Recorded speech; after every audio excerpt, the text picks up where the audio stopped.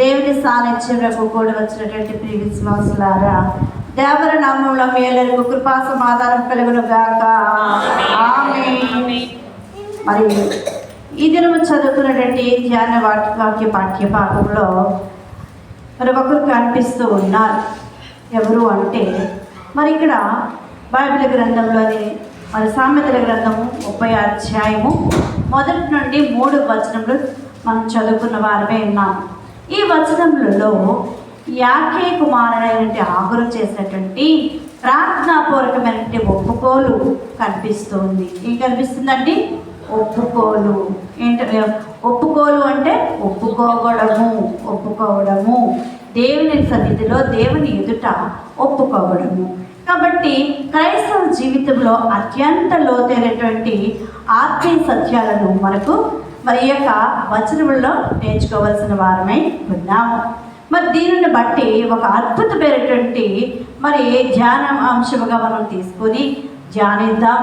మరి అలాగనే శ్రద్ధగా వినండి. అలాగనే ఈ యొక్క వాక్య గ్రంథంలో ఏమైనా రాసిందంటే ఇది యాకే కుమారుడంటే ఆగరు మాటల్లోని ముఖ్య సందేశం ఏమిటంటే నిశ్చయముగా మనుషులలో నా వంటి పశుప్రాయుడు లేడు అని రాయబడింది. అలాగే మనుషులకు మరి ఉండవలసినటువంటి ఇంకితం అంటే వివేకము నాకు లేదని ఏమంటున్నారు? ఎవరి దగ్గర అంటున్నారు?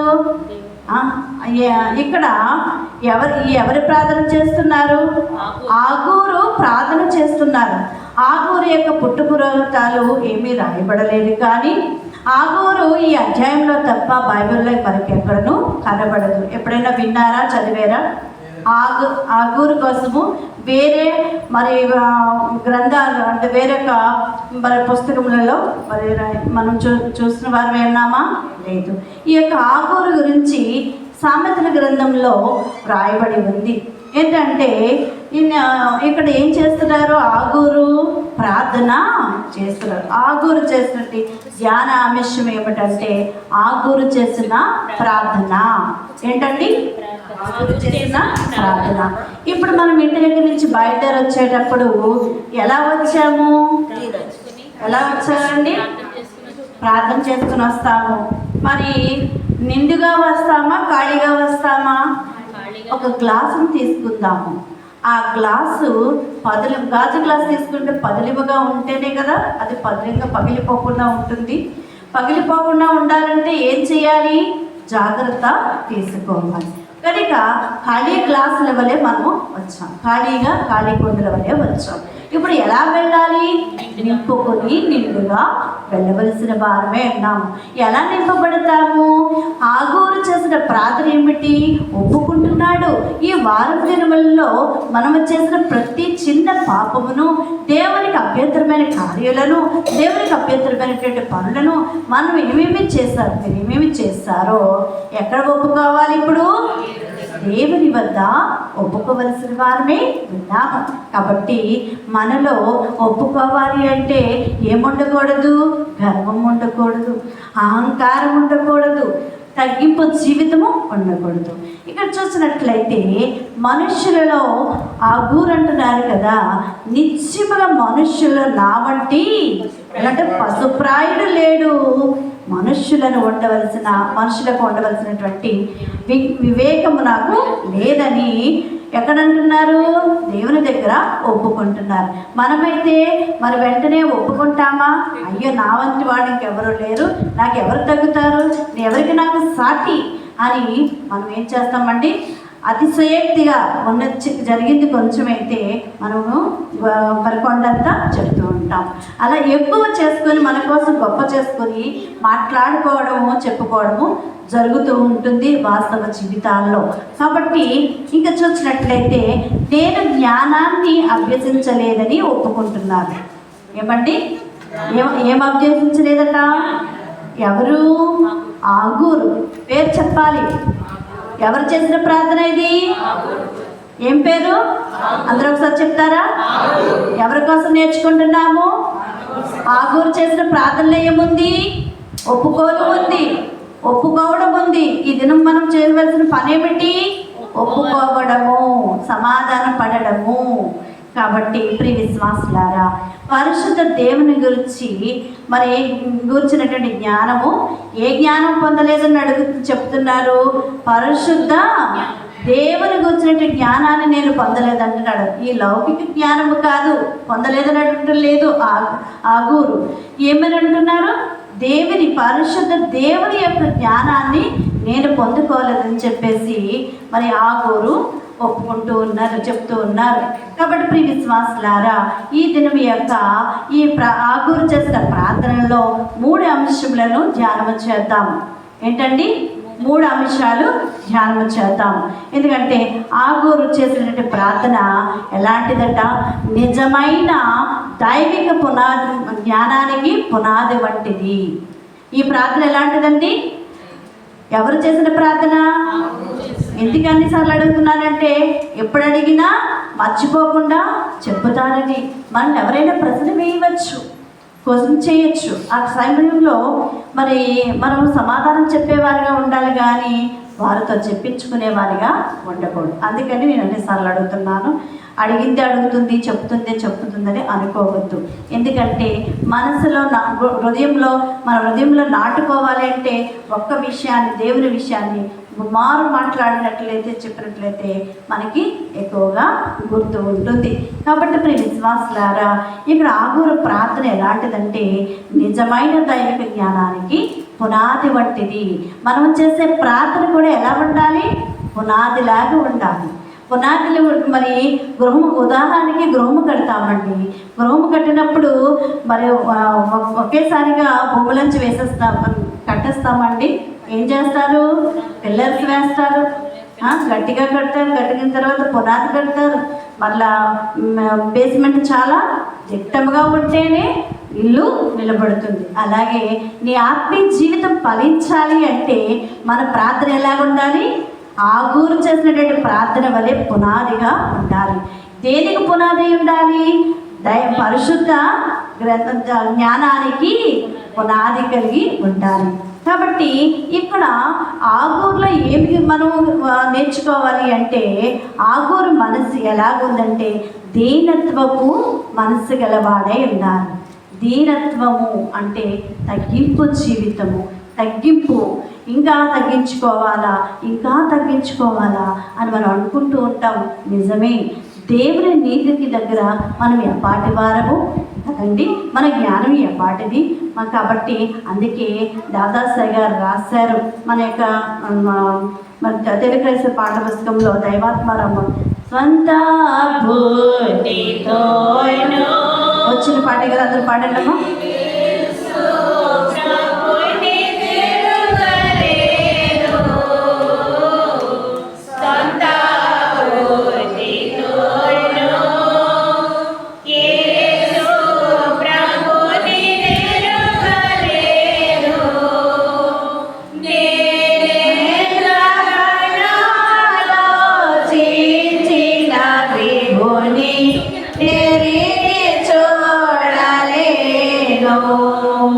అలాగే చాలండి.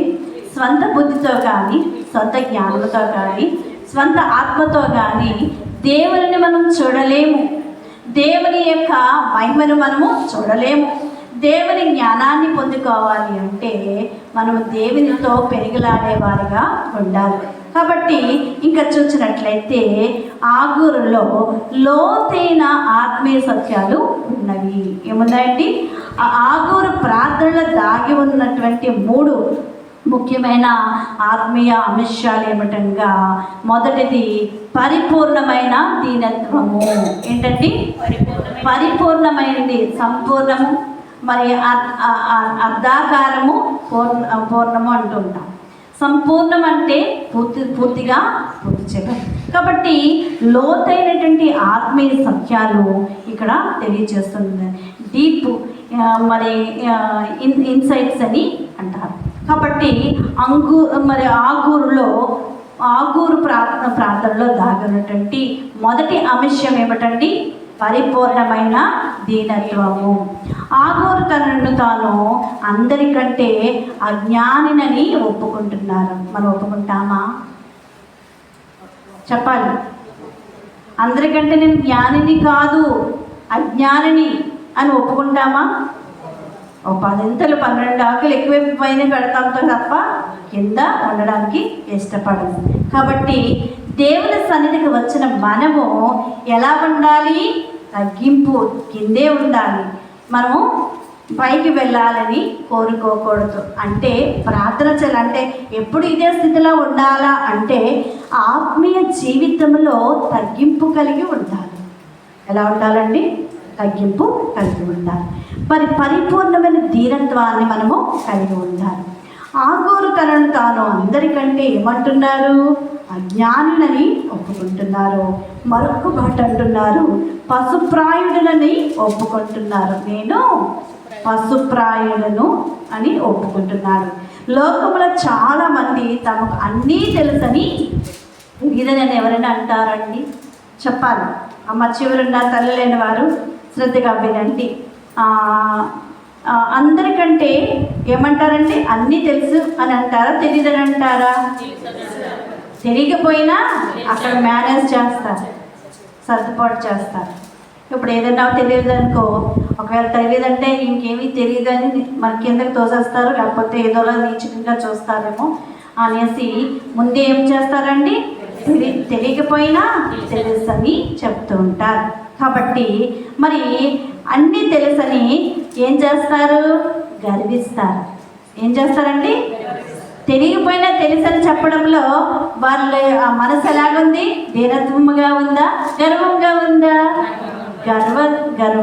గర్విస్తూ ఉంటారు. కానీ దేవుని సముఖంలోనికి వచ్చేసరికి మన స్వంత జ్ఞానం ఎంత శూన్యమైనదో ఆగూరు గ్రహించారు. మన దేవుని సన్నిధికి వచ్చేటప్పుడు ఏం గ్రహించాలండి? మనము శూన్యమని గ్రహించాలి.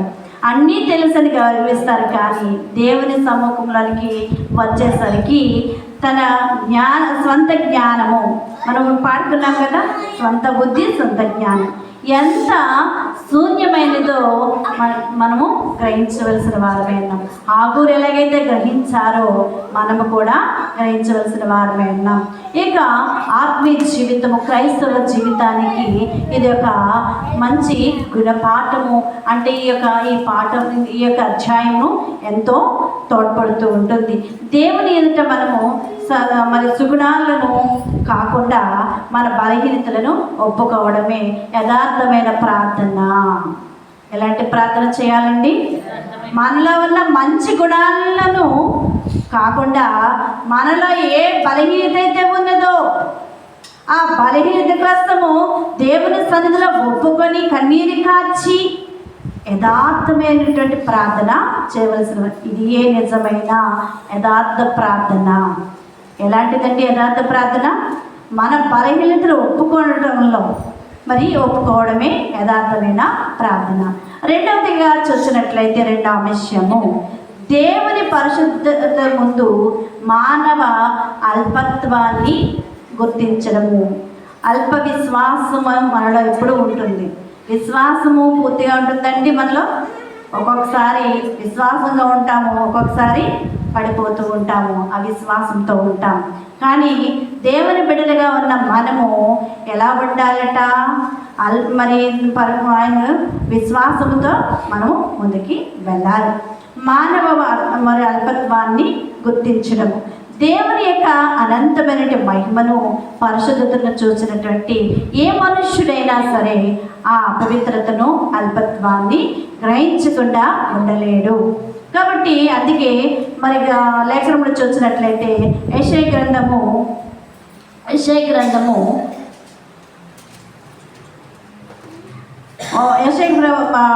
గ్రంథంలో ప్రవక్త రాసి ఉన్నారు. ఏమనంటే, దేవుడిని చూచినప్పుడు నేను అపవిత్రుడైన పెదవులు గలవాడునని ఒప్పుకొనిచున్నాను. యెషయా గ్రంథము 6వ అధ్యాయము 5వ వచనంలో వ్రాయబడి ఉంటుంది. నేను ఏమంటున్నారు యెషయా గారు? అయ్యో అపవిత్రమైన పెదవులు గలవాడను, జనుల మధ్యను నివసించువాడను, నేను నశించితిని, రాజును సైన్యములకు అధిపతి అయిన యెహోవాను నేను కనులారా చూచినని అనుకుంటుంది. కాబట్టి ప్రియ విశ్వాసులారా, హాగరు కూడాట దేవుని జ్ఞానం ముందు తన జ్ఞానము శూన్యమని ఒప్పుకున్నారట. మనం ఈరోజు ఏం చేయాలి?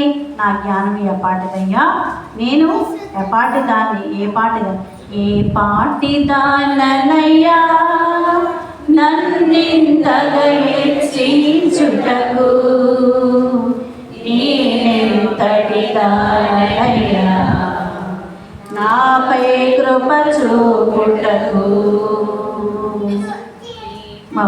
పాట పడితే సమయం ఎక్కువ అవుతుంది కాబట్టి ముందుకు వెళ్తాము. కాబట్టి ఆయన కృప వలన మనం ఈరోజుని ఇలాగ ఉన్నాము. ఆయన కృప వలన ఈరోజుని దేవుని సన్నిధికి రాగలిగి ఉన్నాం. ఆయన కృప మనకు తోడై ఉంది కనుక ఈ దినాన్ని ఆయన మాట్లాడే మాటలను ధ్యానిస్తూ ఉన్నాం, వింటూ ఉన్నాం. కాబట్టి ప్రియ విశ్వాసులారా, మరి క్రైస్తవ జీవితానికి మరి యొక్క వచ్చిన యొక్క మరి ధ్యానాంశంలో మనం నేర్చుకోవాల్సింది ఏమిటంటే, మనం దేవుని గురించి ఎంత తెలుసుకుంటే ఆయన అంత గొప్పవాడో, ఆయన ఎంత గొప్పవాడో మనము ఎంత అల్పులమో అంతగా అర్థమవుతుంది. మనము దేవుని గొప్పతనాన్ని తెలుసుకోవాల్సిన వారమై ఉన్నాం. మరి ఆయన ఎంత గొప్పవాడు అనేది మనము గ్రహించవలసిన వారమై ఉన్నాం.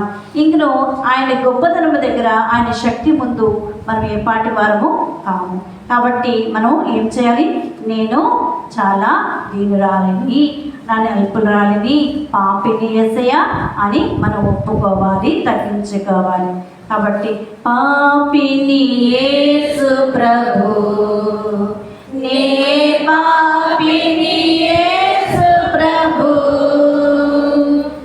పాపిని యేసు ప్రభు, నే పాపిని యేసు ప్రభు, నీరాతపు ధారలచి నన్ను కడుగుము యేసు ప్రభు. ఎలా అండి? మనం ఎంత అల్పులమైనప్పటికీ, ఎంత పాపలమైనప్పటికీ కూడా మనకి పరిశుద్ధతని ఎక్కడ వస్తుంది? దేవుని సిలువలో కాచిన రక్తధారల వల్ల మనకి పరిశుద్ధత వస్తుంది. ఆయన సిలువ మరణం ద్వారా మనకి ఏమొస్తుందండి? రక్షణ వస్తుంది, రక్షణ కలుగు చేస్తూ ఉన్నారు. కాబట్టి ప్రియ విశ్వాసులారా, మనం ఎంతటి వారమైనప్పటికీ కూడా మనం ఎలా ఉండాలి? అల్పులమని ఒప్పుకోవాలి. మనం ఎంత గొప్పవారమైనప్పటికీ కూడా ఏమనగలండి? ఒప్పుకోవాలి. అలాగనే ఇంకా చూసినట్లయితే మూడవదిగా స్వయం జ్ఞాన త్యాగమే దైవిక జ్ఞానానికి ఆరంభమై ఉన్నది. అనగా తాను జ్ఞానాన్ని అభ్యసించలేదని ఆగూరు అనడంతో అర్థం ఏమిటంటే, మానవ జ్ఞానముతో దేవుడిని పూర్తిగా గ్రహించడము అసాధ్యము. మన జ్ఞానముతో దేవుని కొలవగలమా? మనం ఏమైనా చేయగలుగుతామండి? మన జ్ఞానముతో దేవునికి సాటి కాదు కదండి. కాబట్టి దేవుని యొక్క బైబిల్ యొక్క సత్యాలు కేవలము చదువు వలన కాదు, కానీ పరిశుద్ధాత్మ దేవుని వలన ప్రత్యక్షత ద్వారానే బయలుపడుతాయి. కాబట్టి మీరు విశ్వాసులారా, మరి నాకు అంతా తెలుసు అనుకుంటామా అండి? అనుకోమా? అనుకోలేదా? ఎప్పుడును చెప్పాలి, నాకు అంతా తెలుసు, నువ్వు చెప్పక్కర్లేదు అని అంటారు.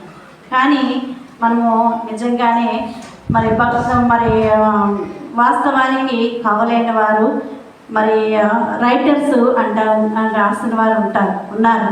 ఏమంటారంటే, అంతా తెలుసు, అంతా చదివేసాం అనుకుంటామంట, కానీ మనం మొదటి పేజీలో మొదటి లైన్లోనే ఉంటామంటారు. ఎక్కడ ఉంటామండి? అంతా చదివేశాము, జీవితాన్ని అంతా చదివేశాము, అన్నీ తెలుసుకున్నాను, అన్ని అనుభూతుల్ని పొందేసాము అని అనుకుంటామంట, అన్నీ అనుభవించేసామని అనుకుంటామంట.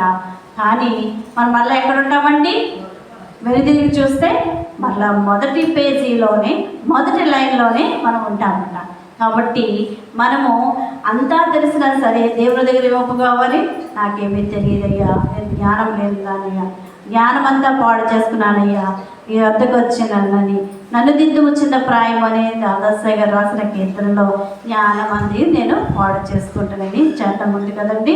అలాగన మన జ్ఞానం అంతా దేవుని కోసం ఉపయోగించము కానీ దేనికోసం మన స్వలాభాల కోసము మన సొంత పనుల కోసం మన జ్ఞానాన్ని ఎక్కడెక్కడో మన దేవుని చిత్తానికి అనుగుణముగా మన జ్ఞానాన్ని మనము చేయము. కాబట్టి అందువల్ల ఏంటంటే దేవుని జ్ఞానము దేవుని ఆత్మ మనలో లేనప్పుడు మన యొక్క జ్ఞానము అనేక అనర్థాలకు దారితీస్తూ ఉంటుంది. కాబట్టి ప్రియ విశ్వాసులారా, ఇంకా చూసినట్లయితే మరి హాగరు ప్రార్థన మరింతగా లోతుగా చేయాలంటే మరి చూడండి అంతర్ధమైనటువంటి మరి గ్రీకు ఎబ్రిల మూలాల్లో అధ్యయనం చేయాలనుకున్నట్లయితే ఇది మరి చారిత్రాత్మకమైనటువంటి సాహిత్య నేపథ్యం కలది. కాబట్టి ఈ యొక్క మరి సామెతల గ్రంథములో మొదటి 29 అధ్యాయాలు దాదాపు సొలొమోను గారు రాసినవి. సొలొమోను గారు లోకంలో అత్యంత జ్ఞాని అయి ఉన్నారు. ఎవరండి జ్ఞాని? ఎవరండి? ఈ లోకంలో మరి చూడండి ఆయన వంటి జ్ఞాని ఇంకెవరునూ లేరు. కాబట్టి ప్రియ విశ్వాసులారా, ఈ లోకములోనే జ్ఞాని ఎవరి అంటే సొలొమోను గారు అత్యంత జ్ఞానాన్ని పొంది ఉన్నారు. కానీ 30 అధ్యాయానికి వచ్చేసరికి ఇక్కడ ఆగూరు ఏమంటున్నారంటే విరుద్ధత గురించి తెలుస్తుంది. మరి సొలొమోను తన జ్ఞాని అంటే వైభవాన్ని ప్రకటిస్తే ఆగూరేమో తన జ్ఞానాన్ని ఒప్పుకుంటూ గ్రంథాన్ని ముగింపు వైపుకి నడిపించి ఉన్నారు. అలాగనే లోక సంబంధమైన జ్ఞానము మనుషులకు గర్విష్ఠులుగా మార్చవచ్చు. ఈ లోక సంబంధమైన జ్ఞానము మనుషులు ఎలా మారుస్తుందండి? గర్విష్ఠులుగా మారుస్తుంది. కానీ దైవిక జ్ఞానం అట మనుషులను మోకాళ్ళ పైన పడేలాగా చేస్తున్నారు. దైవిక జ్ఞానం ఎలా చేస్తుందండి? మోకాళ్ళ మీద పడేటట్టుగా చేస్తుంది అనడానికి మరి రుజువు ఏమిటంటే ఆగూరు యొక్క జీవితమే ఒక నిదర్శనమని మనం గ్రహించవలసిన వారమై ఉన్నాం. అలాగనే ఇంకా చూసినట్లయితే మరి వచనాల వారిగా లోతైనగా చూడాలి అంటే మరి మొదటి వచనంలో భారము లేదా దైవోక్తి కనిపిస్తుంది. ఇది యాకే కుమారుడి ఆగూరు మాటల్లోని ముఖ్యమైన సందేశమై ఉన్నది. హెబ్రీల మూల భాషలో ఇక్కడ ఉపయోగించినటువంటి పదము మస్సా. ఏంటండి? ఏముంది అక్కడ చెప్పండి? మస్సా. దీనికి 2 అర్థాలు ఉన్నాయి. ఒకటి దైవోక్తి, రెండవదిగా ప్రవచనము. ఏంటది? క్షమించండి, ఒకటి దైవోక్తి లేదా ప్రవచనము. అలాగే రెండవది చూసినట్లయితే భారము, బర్డెన్. కాబట్టి ఇక్కడ భారముతో కూడి ప్రార్థన చేస్తూ ఉన్నారు. అలాగనే దీనికి మరి యొక్క ఈ వచనం ఉన్నటువంటి మరి లోతుగా మనం తెలుసుకోవాలంటే జ్ఞానాన్ని ప్రకటించడం అనేది ఆగూరు దృష్టిలో ఒక పెద్ద బాధ్యతగా తీసుకుని ఉన్నారు. అలాగనే ఏ బాధ్యత అంటే హృదయ బాధ్యతతో కూడినటువంటి విషయమై ఉన్నది. దేవుని వాక్యాన్ని తేలికగా ఇప్పుడు తీసుకోకూడదు. మనం ఎప్పుడు కూడా దేవుని వాక్యాన్ని మనం ఎంత భక్తి శ్రద్ధలతో చదవాలి, వినాలి, అధ్యాయము చెయ్యాలి. మరి పెదవుల పైన మాటలతో కాదు కానీ హృదయాంతరంగములను తాకేటట్టుగా మనము మనోనిదానము కలిగి మనము వాక్య ధ్యానము చేయవలసిన వారమే ఉన్నాం. ఇక్కడ మరి ఏమని రాశారు? పశుప్రాయుడు అని రాశారా లేదండి? ఈ వాక్యం ఏముంది? పశుప్రాయుడు అంటే పాపి అని కాదు, కానీ దేవుని దృష్టిలో పోల్చితే తన బుద్ధి ఎంత పరిమితమైనదో ఒప్పుకోవడము. ఏంటండి ఇక్కడ పశుప్రాయుడు అంటే పాపినని అర్థము కాదు, కానీ నేను ఎంత మరి బుద్ధి ఎంత పరిమితమైందో ఒప్పుకోవడం అని గ్రహించాలి. జంతువులకు రేపటి గురించిన ప్రణాళిక లేదా దేవుని గురించిన తలంపు ఉండదు. మరి పశువులకి రేపటి గురించి ఆలోచన ఉంటుందండి? ఉండదు కదా. కాబట్టి మరి మానవులకైతే ఎలా ఉంటుందండి? ఈరోజు సాయంత్రం ఏం చేయాలి, ఉదయం ఏం చేయాలి, రేపు కార్యక్రమం ఏమిటి అని ప్రతిదీ కూడా ఆలోచన చేస్తూ ఉంటాం.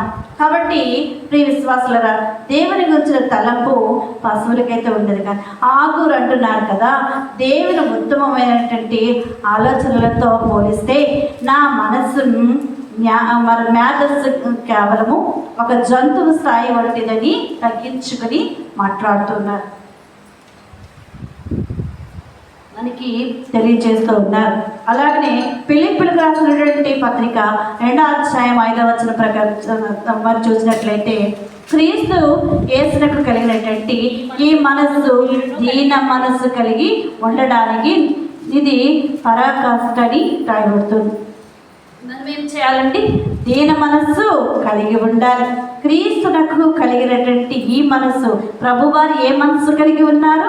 మరి దీన మనస్సు కలిగి ఉన్నారు. మనము కూడా ఏ మనస్సు కలిగి ఉండాలి?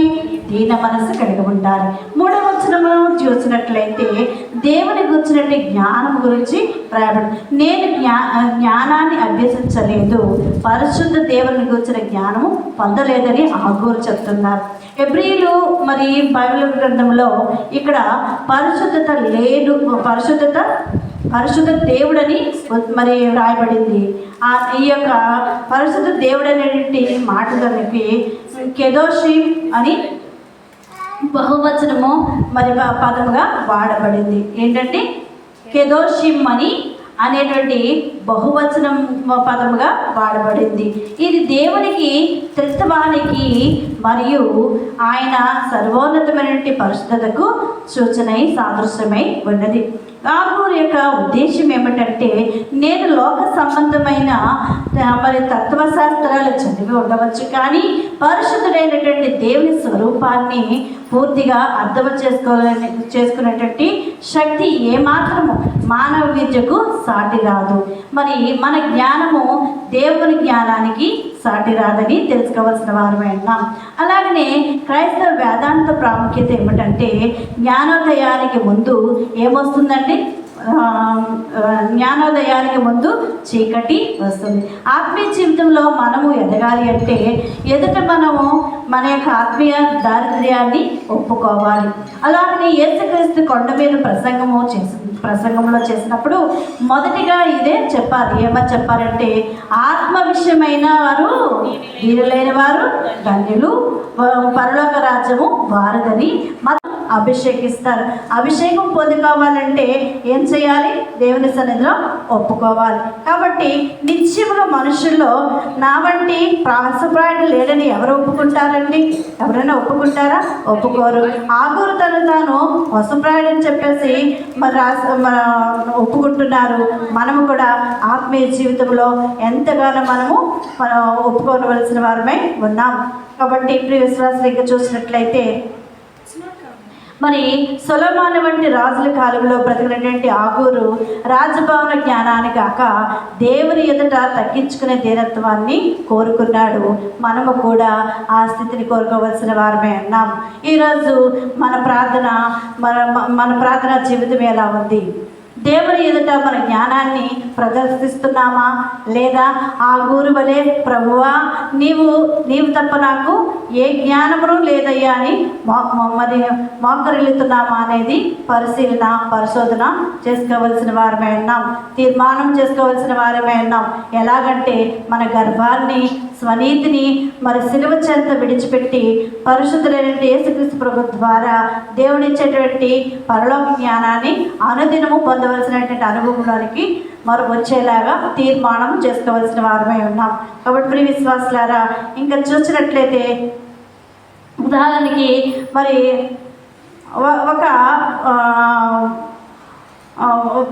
ఇద్దరు వ్యక్తులు ఉన్నారు. వారు ఎవరంటే మరి అంటే నిండిన పాత్ర, ఖాళీ పాత్ర. ఉదాహరణకి నిండిన పాత్ర మరియు ఖాళీ పాత్ర ఉంది. ఒకసారి ఒక పెద్ద మరి విద్యావంతుడు, జ్ఞాని అయినటువంటి ప్రొఫెసర్, ఆత్మీయ గురువు మరి దగ్గరికి వచ్చాడట. వచ్చినప్పుడు ఆయన కూర్చుని దేవుని గురించి, బైబిల్ మర్మాల గురించి పెద్ద పెద్ద మాటలు మాట్లాడటము ప్రారంభించారట. అయితే ఆ పండితుడు మాట్లాడినప్పుడు తనకు అన్నీ తెలుసని అనేటువంటి గర్వము ఆయనలో కనబడుతూ ఉంది. మరి ఆయనలో కనబడినప్పుడు మరి ఆ గురువు గారు ఏం మాట్లాడకుండా ప్రొఫెసర్కు మరి టీ కప్పులతో పోయడము ప్రారంభించారు. మరి గురువు దగ్గర మరి శిష్యులైన వారు ఉంటారు. వారు ఏం చేస్తారండి, వారికి పరిచయం చేస్తూ ఉంటారు. ఇప్పుడు మన దగ్గరికి యాజకులు వచ్చారనుకోండి, మనము కూడా ఎలా చేస్తాము, పోటీ పడుతూ పరిచయం చేయడానికి ముందుకు వెళుతూ ఉంటాం. కానీ మరి తెలిసిన ప్రతి విషయాన్ని కూడా మరి చిన్నదాన్ని ఎక్కువగా చేసి చెప్పుకోవడంలో గర్వం అంటే పౌరుషంతో చాలా ఫోర్స్గా మాట్లాడుతూ ఉంటారు. అలాగే ఆయన మరి చూసినట్టే ఇక టీ కప్పులో మన నుండి బయటికి పొర్లి మరి టేబుల్ మీద పడుతుందట. టీ వేస్తుంటే చెప్పిందని వింటూ ఆ కప్పులోకి టీ వేస్తున్నప్పుడు మరి చూడకుండా వేస్తే ఏమవుతుందండి, పొర్లి కిందకి పోతుంది. మరి అది చూసి మరి శిష్యుడు వేస్తున్నప్పుడు ఆ ప్రొఫెసర్ గారు చూసి అన్నారట, ఆపండి, ఆపని చెప్పి అన్నారు. ఇప్పుడు ఏదైనా మరి కింద పోతుందంటే అది నష్టమే కదండి, ఏదైనా అది నష్టాన్ని కలుగు చేస్తుంది. కాబట్టి మరి మనలో నిదానము, దీన మనస్సు అనేది ఉండాలి. మరి ఇక్కడ చూసినట్లయితే మరి అక్కడ నిండిపోయినప్పుడు ఇక అందులో పట్టదు. ఎంతవరకు పడుతుంది, అది ఎంతవరకు పడుతుందో అంతవరకునే, కానీ మిగిలింది కూడా వేస్తే ఇప్పుడు అలాగే మీరు ఎంతవరకు వినగలరో అంత సమయం చెప్పగలిగితే మీకు బాగుంటుంది. అలాగే కాకుండా ఎక్కువ సమయం తీసుకున్నాము అనుకోండి, లోపల మనసులో ఏమనుకుంటారు చెప్పండి, ఎప్పుడు ఆపేస్తారు, ఎప్పుడు టైం అయిపోతుంది. ఇప్పుడు ప్రజెంట్ అందరూ అలాగే ఉన్నారు కాబట్టి ఆపేస్తున్నాను. ఆపండి అని టీ గ్లాసులో టీ కప్లో టీ పోస్తూ అలా వింటూ ఎక్కడో చూస్తూ వేస్తారు పరధ్యానంతో. కానీ మరి అక్కడ ప్రొఫెసర్ గారు ఏమన్నారు, ఆపండి, అది ఇంకా పట్టదు, ఎందుకంటే నిండి పొర్లిపోతూ ఉంది కాబట్టి దేవుని సన్నిధిలో మనం ఉన్నట్లయితే మన గిన్నె నిండి పొర్లిపోతుంది. అలాగని దేవుని సన్నిధిలో లేనప్పుడు అయితే లేవు అనుకోండి, ఆ కప్పు ఏమవుతుందండి, ఖాళీగా ఉంటుంది. మనం ఖాళీగా వెళ్ళాలా, నిండుకొని వెళ్ళాలా, నిండుకొని వెళ్ళాలి. మరి ఎంత నిండుకొని వెళ్తున్నాం అనేది నిజ జీవితంలో మనకి తెలుస్తూ ఉంటుంది. కాబట్టి ప్రియ విశ్వాసులారా, ముగిస్తున్నాను నేను. మరి ఇక్కడ చూసినట్లయితే మరి లోకంలో మనుషులు మర్చిపోయినప్పుడు మనము చాలా మరి నీతిమంతులుగా ఉంటాం. అవునండి, నువ్వు గొప్ప నేను గొప్ప అనుకుంటూ ఉంటాం. కాబట్టి నీతిమంతులుగా జ్ఞానవంతులుగా కనిపించవచ్చు, కానీ ఎప్పుడైనా సరే పరిశుద్ధమైన దేవుని మహిమ అనేటువంటి వెలుగు మన మీద పడుతుందో, ఎప్పుడైతే ఆయన మహిమ వెలుగు మన మీద పడుతుందో, మరి చూడండి, ఆ వెలుగు మన మీద పడినప్పుడు మరి ఆగూరు వలె, యెషయా వలె మనలో ఉన్నటువంటి పాపము, అపవిత్రత, అజ్ఞానము మనకు స్పష్టంగా కనిపిస్తుంది. దేవుని వెలుగు మనలో లేనప్పుడు, ఆయన మహిమ మనలో లేనప్పుడు, ఆయన ఆత్మ మనలో పని చేయలేనప్పుడు దేవుని జ్ఞానాన్ని మనము గ్రహించలేము. కాబట్టి మనము ఎలా ఉండాలి, స్పష్టంగా కనిపించాలి. మనలో ఉన్నటువంటి అజ్ఞానం కనిపించాలి అంటే దేవునితో సహవాసం చేసినప్పుడే మన యొక్క అజ్ఞానము, మన బలహీనతలు మన హృదయం మన మనస్సాక్షిని గద్దెంప చేస్తారు. అప్పుడు మనం ఏం చేస్తాము, ఒప్పుకొని మరి దేవా నన్ను పరిశుద్ధపరచమని, పరిశుద్ధుని చేసి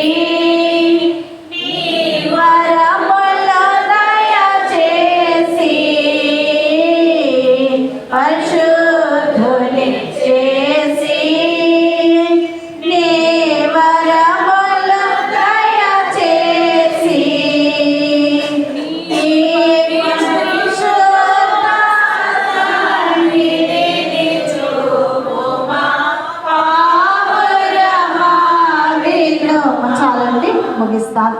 ఎలాగండి, దేవుని సన్నిధిలో ఉన్నప్పుడు ఆయన వెలుగు మన మీద ప్రకాశించినప్పుడు, ఆయన మహిమను మనం గ్రహించినప్పుడు మనలో ఉన్నటువంటి అజ్ఞానము పోయి మరి మనకి తెలియచేసి మన అపరిత్రత పోయి మన పాపములు కడిగి వేసుకున్నప్పుడు ఆయన ఏం చేస్తారండి, ఆయన వరములను మనకి పరిశుద్ధం చేసి ఆయన వరాలను మనకు మరి అందించడానికి సిద్ధముగా ఉన్నారు.